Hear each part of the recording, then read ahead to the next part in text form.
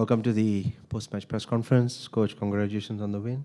Making it to the final, we'll take questions from members of the media. Kindly use the microphones to ask your questions. We'll start with the first question. Yes, can you use the microphone, please? Thank you. Coach, I'm Manuel Diaz from Brea Visión. Mexico is waiting for you already in Chicago. How are you going to plan this game to face Mexico? Mexico is different than Jamaica. Yeah, they are different than Jamaica. I've said all along, Mexico's a good team. We've already started preparing. We've already started watching them the last couple days.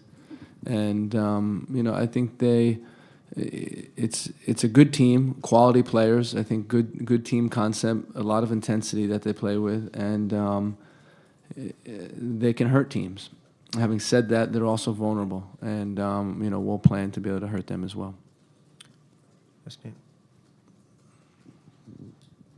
Logan, Coach Nate Abreu, Concacaf.com. First off, that weather delay, lightning delay, whatever you want to call it, what was that like for you personally, going back in for 88 minutes? And then the follow-up question, unrelated, is a quote from Weston just moments ago saying, I want Mexico, we want Mexico. And what do you make of that confidence from your players going into this game? Well, I think it's nice. We've been together for over a month, and from the beginning, we've talked about our goals, our objective, and one of the objectives is to win the Gold Cup. We're in position to do that now. And I think that's important for the group. I think it's important for the confidence of the team. Regarding the weather delay, it's part of soccer, right? And the guys dealt with it in a really good way. It gave us time to look at some of the film, look at what they were doing, and give the guys some encouragement. I think the guys had the right mentality, not letting it faze them. And I think we showed a relentless spirit tonight when we came back out. Yeah. Oh, yeah. You guys had talked about, as a group, playing considerably quicker against Jamaica than you did in the friendly against them. How do you think you did to that aim? I think, a couple of things to take into consideration with this game is that the fact that we were on a 2-day rest, this was the third day after the game, the fact that it's extremely hot and humid. And having said that, I think the guys did an excellent job of coming out with the right intensity, the right speed of the game. As the game wore on, we got heavy. You could see both teams got heavy, and I think what we did well, what I liked, especially when Christian came in, is we controlled the game a little bit more. We controlled the tempo. We were positioned pretty well offensively to prevent them from getting the ball. So I think overall, it was a good game by us.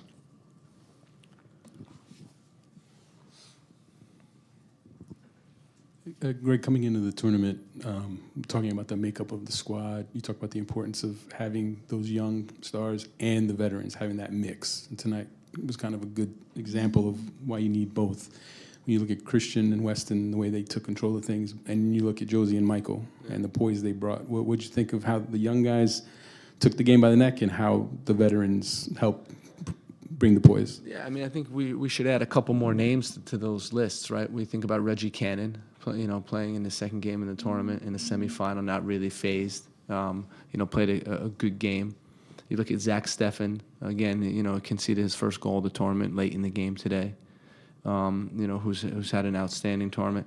And then you look at the some of these young guys, real difference makers like Christian and Weston, and they're fearless. I think they have a good mentality. I think they're very good soccer players, and they give you solutions. You see, Christian can give you solutions that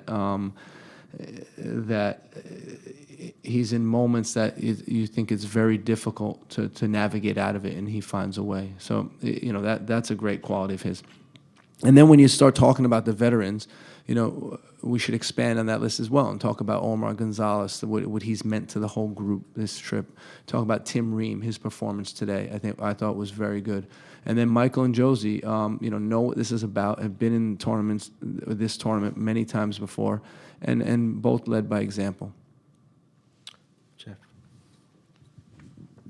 Greg, I was wondering if you could go into a little bit more detail about Weston and just what his progression has been like over the last month, just being able to contribute on both sides of the ball. And then as a second question, you guys did have a little bit of a dip there after you got the second goal. You know, why did you think that was?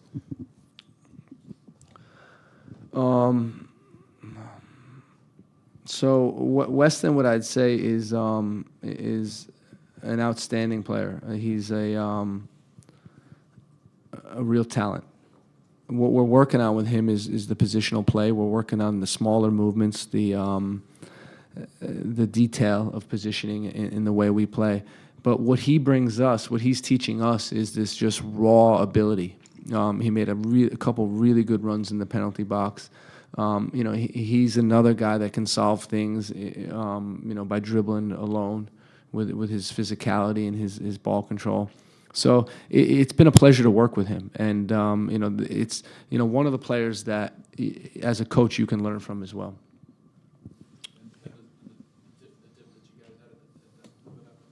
The what? I just want you to keep saying it. I love it.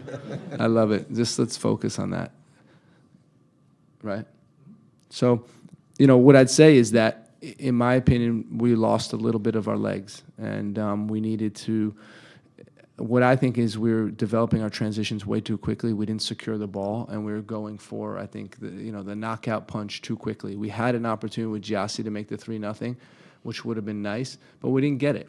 However, I think that, you know, the team shows a lot of resiliency when we go 2-1, when it goes 2-1, and there's still a bunch of time to play, right? 15 minutes left to play.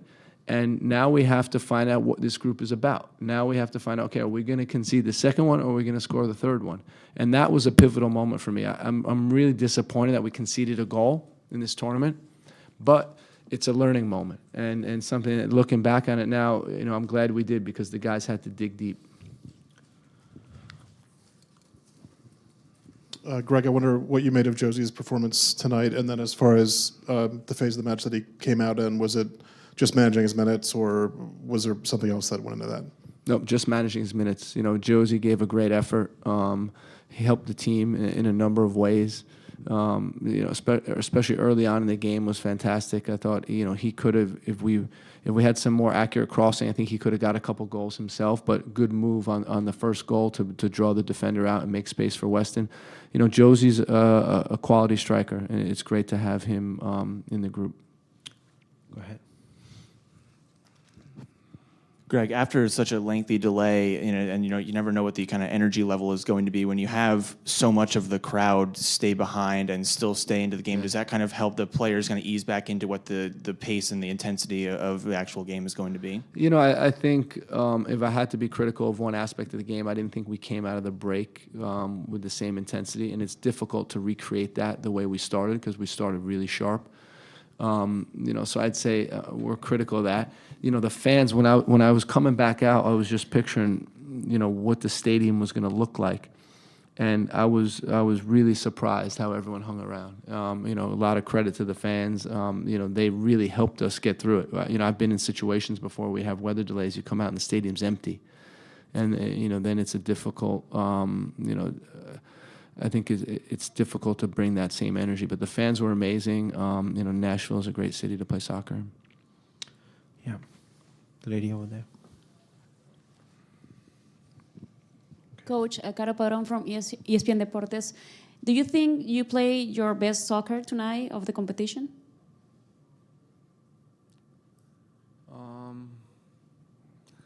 I think it's difficult to say. I think, again, you're always, as a coach, you're always searching for, you know, something better, and you're always searching for greatness, and the team's always striving for greatness. I think there were some good things today for sure, and I think we want to continue to grow. It's hard to say that was our best. I think it was a step in the right direction against a more physical team than what we've been experiencing. So I think it was good to get a win for confidence. 2 last questions. You have a question there at the back? No? Over here. Gentleman in purple t-shirt. Yeah. You had touched on this a little bit yesterday, but now that it's a reality that you're in the final on Sunday with the women's team in the final Sunday, what could this mean for U.S. soccer in general, with both of y'all playing in a championship game the same day and everything? It's great. It's rare, right? It doesn't happen that often that you get two teams from the same country playing in a continental final and a World Cup final. I think it's a special day. I think it's a special day for U.S. soccer. We'll get to see the women early in the day, and we'll be cheering them on. And I know they'll be cheering us on. So I think it's a special day for U.S. soccer. Picking those moments when to try to get into the box, or is it more just him playing on instinct? That's when we play him as a 10, it's very specific when we want him getting into the penalty box. We played him a little deeper today in build-up, and, that's him picking those moments. He's very good at that. Very dynamic runner. As the ball is wide, he sees where the space is and attacks it. We've seen him do that for Schalke, and that's why we were comfortable playing him in the 10 position, because we know how he can get in the penalty box and arrive.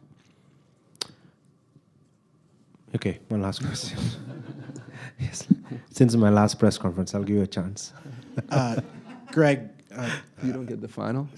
No. Oh, come on. I know different teams for both you and Tata, but I know Atlanta had always said that they had trouble figuring you guys out in Columbus when you coached against Tata the last couple of years. How does your knowledge of Tata Martino and what he brings as a coach impact your preparations? He's just being nice. We never beat them in the regular season.